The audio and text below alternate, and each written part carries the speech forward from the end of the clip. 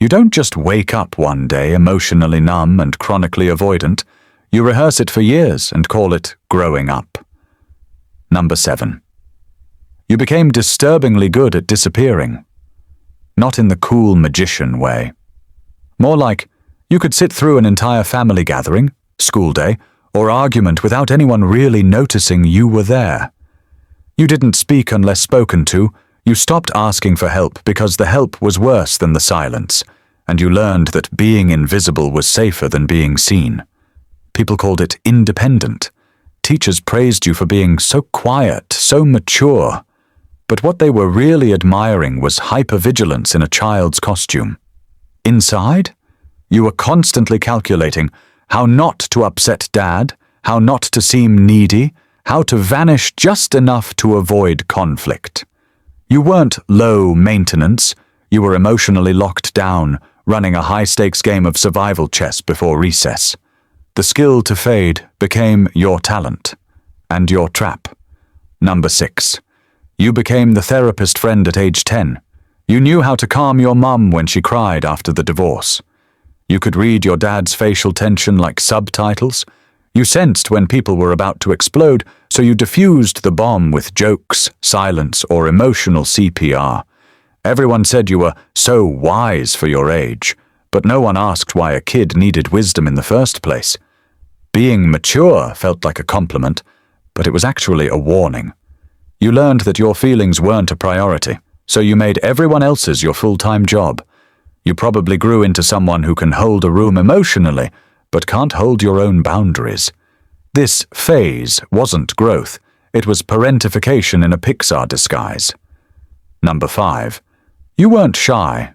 You were scared. The adults said you were just a little shy or takes time to warm up.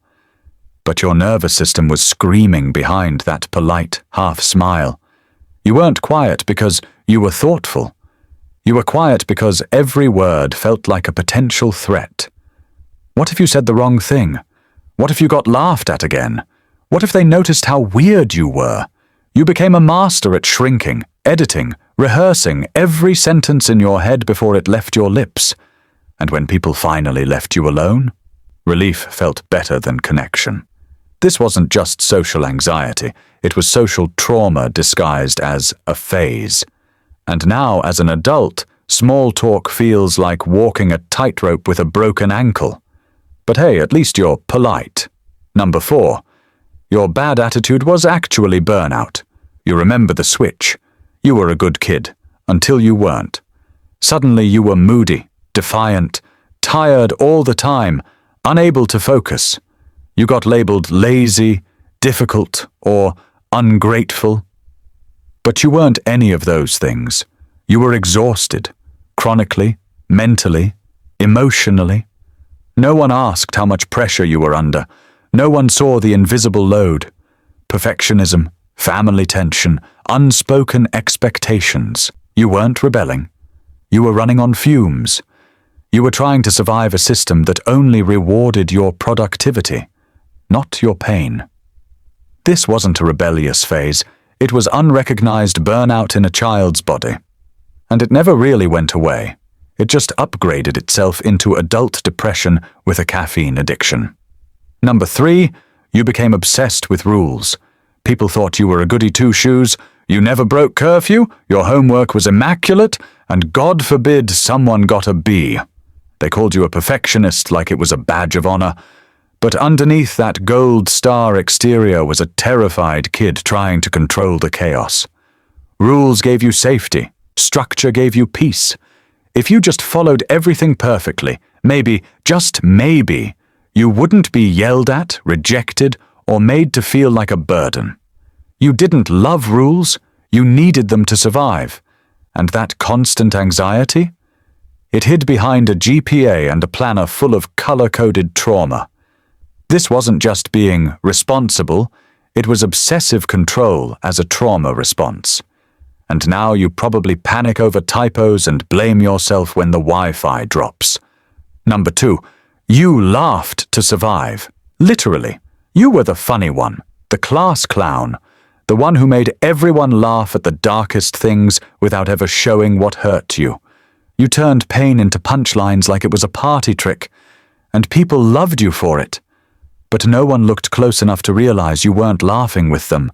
You were laughing so they wouldn't see you cry. That wasn't a phase. That was dissociation wearing a fake nose and glasses. You learned that if people are laughing, they're not asking questions. If you're entertaining, you're not vulnerable. Humor became your mask, and it was heavy. You still make people laugh now, but sometimes your voice shakes when the room gets quiet. That silence? It's the sound of your real feelings, asking if they're finally allowed to speak. Number 1. You thought you were just overly sensitive, crying easily, taking things to heart, feeling everything too much.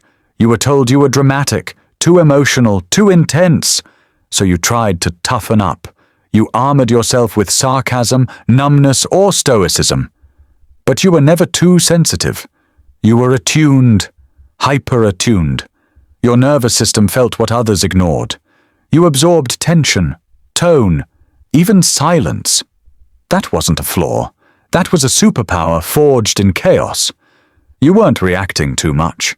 You were the only one reacting accurately. The problem wasn't your sensitivity. It was growing up in an environment that invalidated it.